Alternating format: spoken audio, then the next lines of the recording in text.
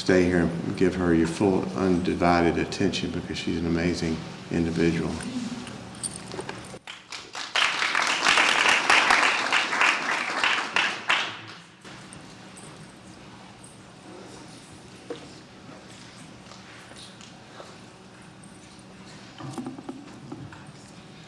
Good afternoon, ladies and gentlemen.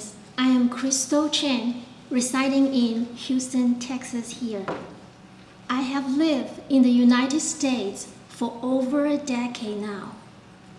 But every time I see products like beautiful ornament flowers, cute little stuffed toys, dazzling Christmas lights, and elegant hand embroidery fashion at the retail store here, my mind is filled with sadness because those products evoke disturbing memory of my late 20s in China. Why I'm so upset? Allow me to share my story with you. It was 1999, exactly 23 years ago.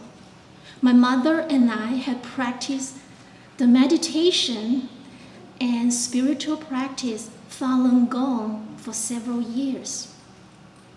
Falun Gong's slow-moving exercises and moral teachings of truthfulness, compassion, and tolerance were very popular back then.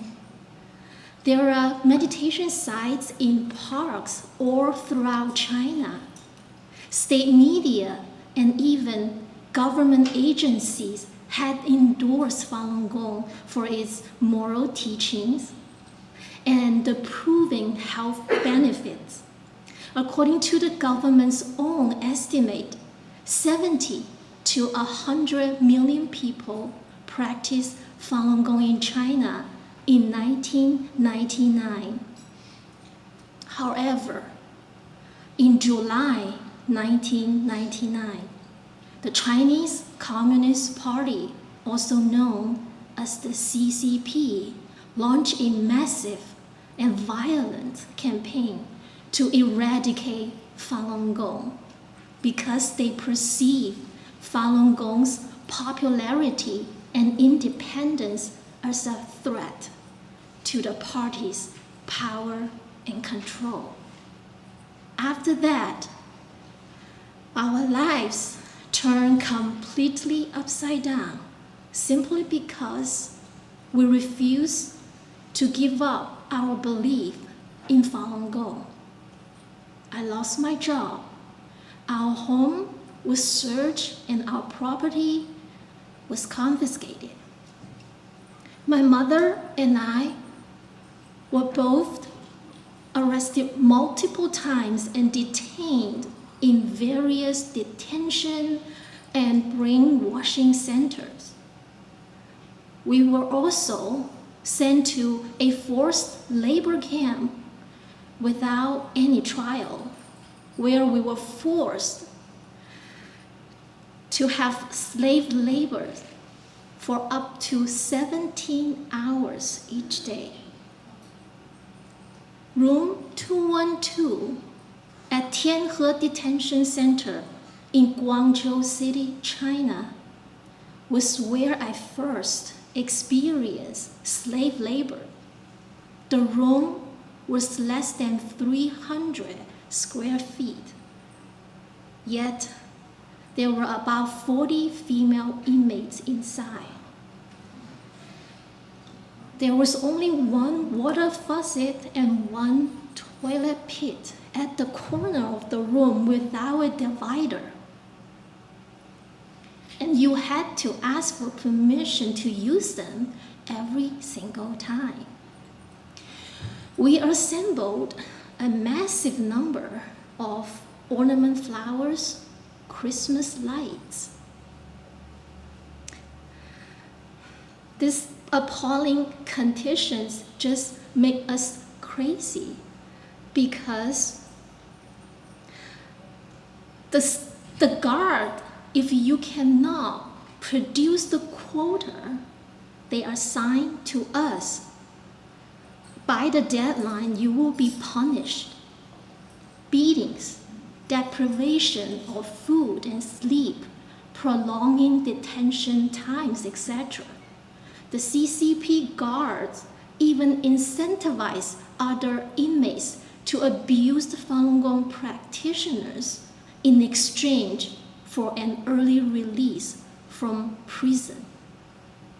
I was later sentenced to 4.5 years of forced labor without a trial. At the labor camp, more sophisticated work was assigned to us. I was shocked to find out the toys we produced had Disney labels on them. Besides toys, we were also forced to make anything from hand embroidery, tops, jeans, shoes, purses, headdresses, to artificial funeral flowers and disposable chopsticks. Forced labor is only one of the tactics used to coerce Falun Gong practitioners into denouncing our faith. Many of us were subjected to the longest prison terms and harshest treatment just for sharing information about Falun Gong. Room 212 was also the place of my first and one of my worst experiences of torture. When I refused to stop practicing Falun Gong, the CCP guard brought 4 male detainees inside my cell. They pinned me to the concrete floor and began force-feeding me an all-salt mixture which could kill me. My body shook as I choked and couldn't breathe. I started losing consciousness. I thought I was going to die.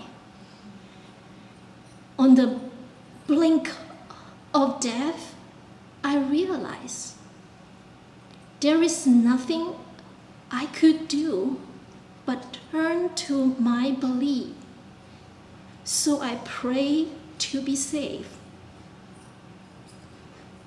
Moments later, one of the 4 male detainees suddenly fainted on the floor, which interrupted the torture.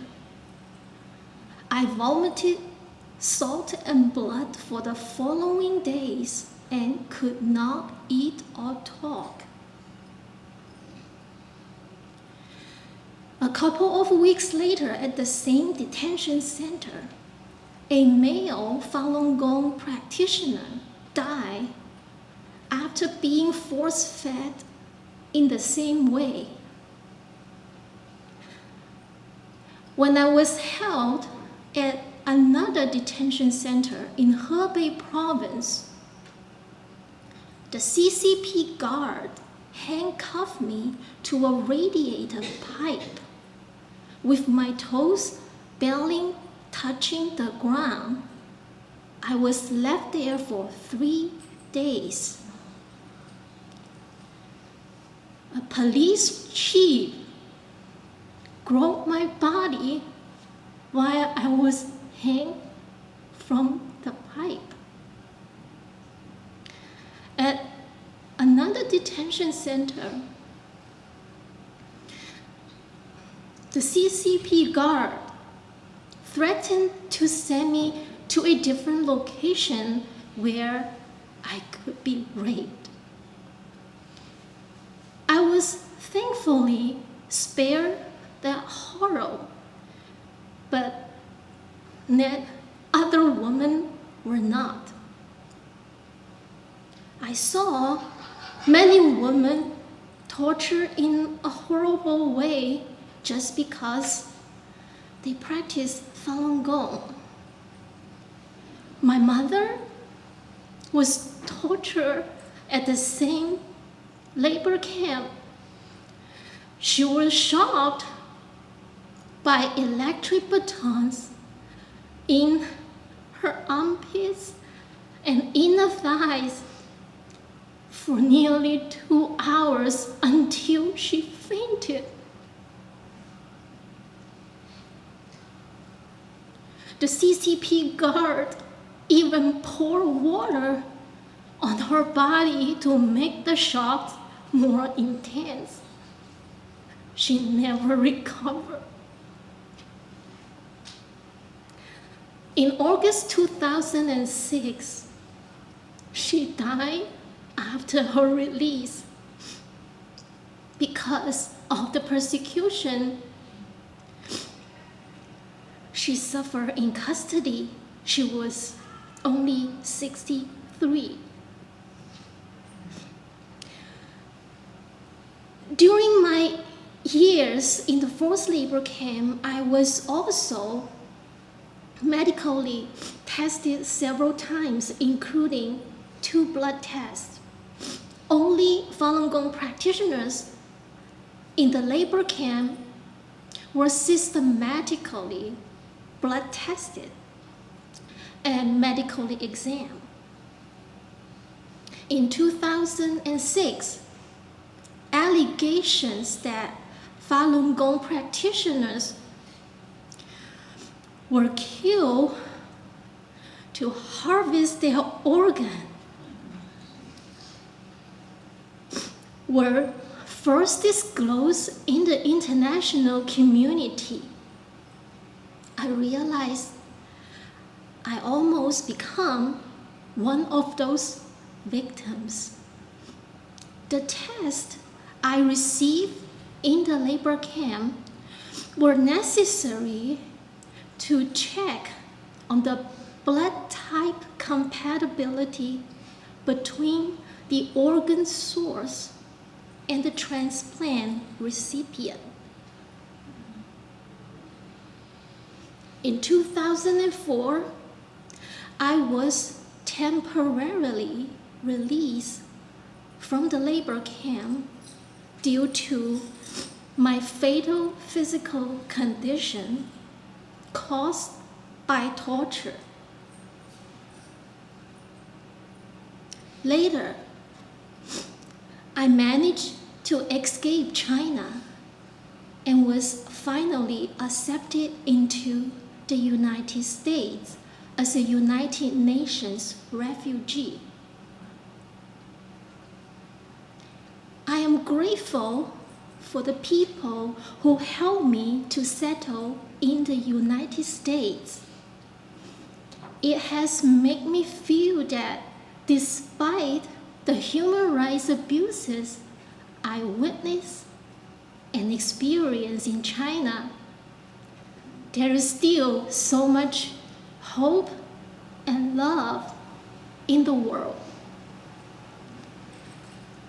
As I walked in freedom, free of persecution, torture, and free to practice Falun Gong, I can just leave countless fellow practitioners behind.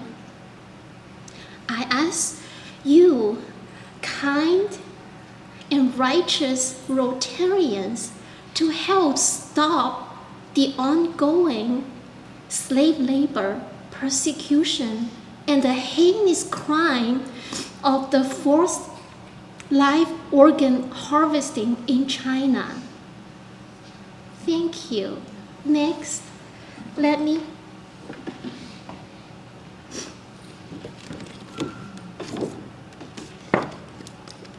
show you the illustration of the force-feeding torture I survived through.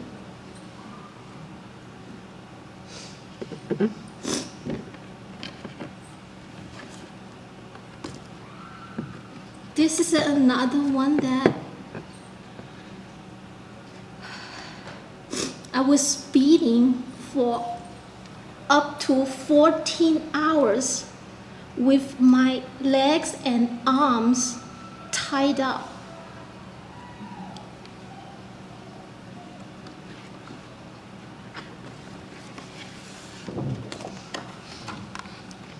Hanging to the pipe.